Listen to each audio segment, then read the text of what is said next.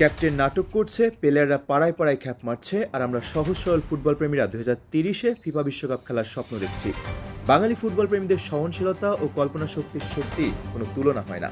একদিকে ফিফায় বাংলাদেশ ফুটবলের র্যাঙ্কিং নামতে নামতে 181-তে, অন্যদিকে আমাদের স্বপ্ন একদম 2030 ফিফা বিশ্বকাপের মূল পর্বে খেলা।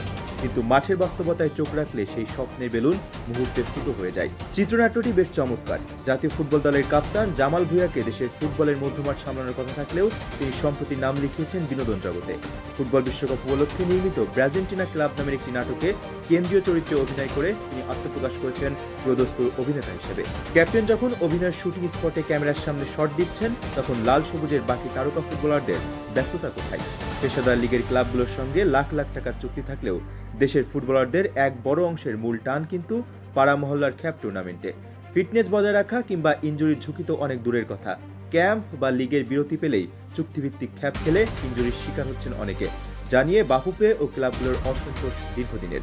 জাতীয় দল ও ঘরোয়া লিগের আন্তর্জাতিক মানের পেশাদারিত্ব যখন নাটকের সেটে আর পাড়া মহল্লার খ্যাপ খেলায় আটকে থাকে, তখন বাফুফের বিশাল সব উন্নয়ন পরিকল্পনা আর সমর্থকদের 2030 বিশ্বকাপের ট্রফি ছাড়ার ভাবনা যে এক অতিপ্রাকৃতিক কমেডি ড্রামা ছাড়া আর কিছুই না।